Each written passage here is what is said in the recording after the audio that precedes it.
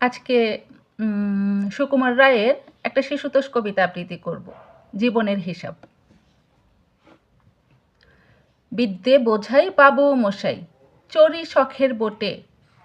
মাঝিরে কন, বলতে পারিস সূর্যি কেন উঠে? চাঁদটা কেন বাড়ে কমে, জোয়ার কেন আসে? বৃদ্ধ মাঝি অবাক হয়ে ফেলফেলিয়ে হাসে। বাবু বলেন, সারা জনম মরলি রে তুই খাটি, জ্ঞান বিনা তোর জীবনটা যে চারি আনাই মাটি।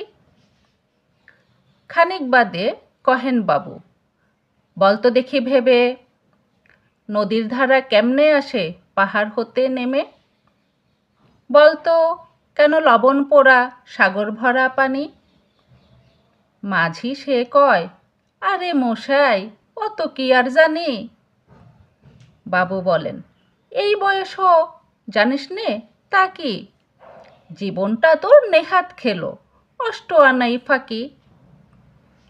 আবার ভেবে কহেন বাবু, বলতো ওরে বুড়ো, কেন এমন নীল দেখা যায় আকাশের ওই চূড়ো? বলতো দেখি সূর্য চাঁদে গ্রহণ লাগে কেন? বৃদ্ধ বলে, আমায় কেন লজ্জা দেছেন হেন? বাবু বলেন, বলবো কি আর, বলবো তোরে কিতা, দেখছি এখন জীবনটা তোর পারো আনাই বৃথা। খানিক বাদে ঝড় উঠেছে, ঢেউ উঠেছে ফুলে। বাবু দেখেন নৌকাখানি ডুবলো বুঝি দুলে। মাঝিরে কন, এ কি আপদ, ওরে ও ভাই মাঝি, ডুবলো নাকি নৌকায় এবার, মরবো নাকি আজি? মাঝি শুধয়, সাঁতার জানো? মাথা নাড়েন বাবু। মূর্খ মাঝি বলে, মশাই এখন কেন কাবো?